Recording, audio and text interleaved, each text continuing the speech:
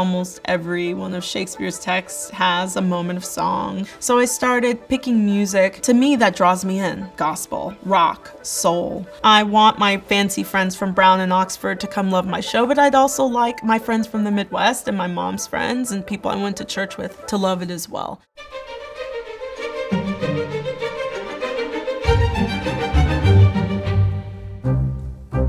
My name's Whitney White. I'm a theater maker and a musician. Sometimes I write, sometimes I direct, sometimes I perform. I think that music is what we learn before anything else. I mean, not to be cheesy, we're in a womb and you hear a rhythm. And that's the first thing you hear is like a heartbeat that's beating. I'll never forget my mother took me to see Cirque du Soleil. That was like the first big show I ever saw. And she saved up and took us to see Quidam, and it blew my mind away. And I think I've been chasing that feeling ever since. I think for me, I look to the arts for identity. It's very hard, I find, to process meaning alone, but through storytelling, I can kind of understand who I am and who I might be in the future. The first time I encountered William Shakespeare was in high school. They were putting on a production of A Midsummer Night's Dream, which I think is a lot of people's gateway drug. And I was just a fairy, just a wee fairy, and I loved it so much.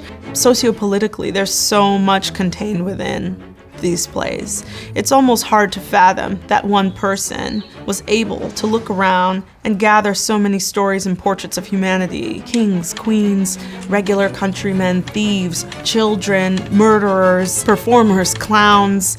It's staggering. The witches say double, double, toil and trouble. I hear my favorite rap songs. I hear Beyonce. I hear culture. I hear all these things. When I hear Buckingham's speech from Richard III, I hear a fanatic. I hear someone on the political fringe. You know, there's so much resonance. I realized that all the plays I liked, Juliet, Cleopatra, Hamlet, all those ladies die in those plays, and mostly by suicide. I kind of realized maybe I had bigger bones to pick with gender and marriage. And that was my springboard into these texts, and each one has been adapted with original music. It's almost every one of Shakespeare's texts has a moment of song. So why not, if music be the food of love, play on?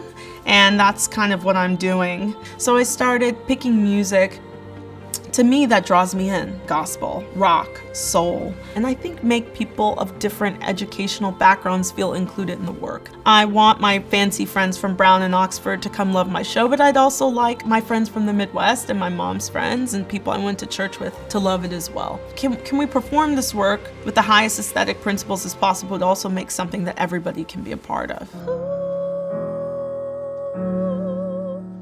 It was a dark world when we met. Just keep going. You're gonna get a lot of no's. You're going to get a lot of suggestions, comments, and people pushing and pulling you different ways, but you just have to keep going the way that feels good to you.